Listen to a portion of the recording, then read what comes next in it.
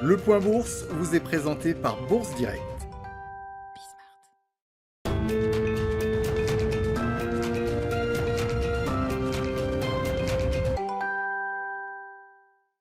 Bonjour à tous, la tendance est à la hausse ce matin à la Bourse de Paris et le CAC 40 dépasse même son pic de février 2020 qui s'inscrivait à 6111 points.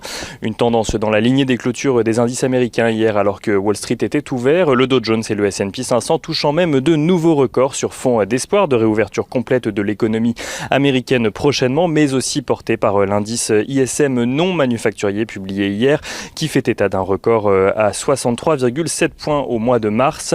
On notera également que le département du travail américain a de son côté publié vendredi le nombre de créations d'emplois aux États-Unis le mois dernier. Elle s'élève à 916 000, soit le chiffre le plus élevé depuis août dernier. Le taux de chômage aux États-Unis toujours diminue de son côté de 0,2 points à 6% de la population active. En Asie, les indices reculaient ce matin malgré la publication d'indices PMI rassurants dans le secteur des services.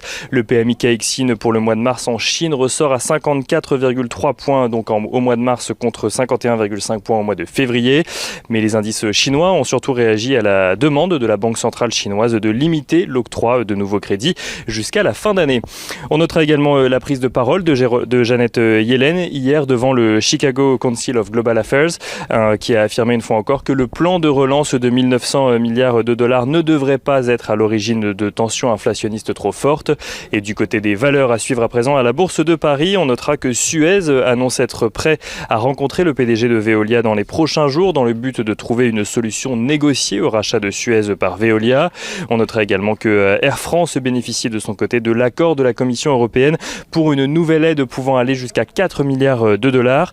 La compagnie aérienne doit en échange abandonner 18 créneaux horaires d'atterrissage et de décollage à l'aéroport d'Orly.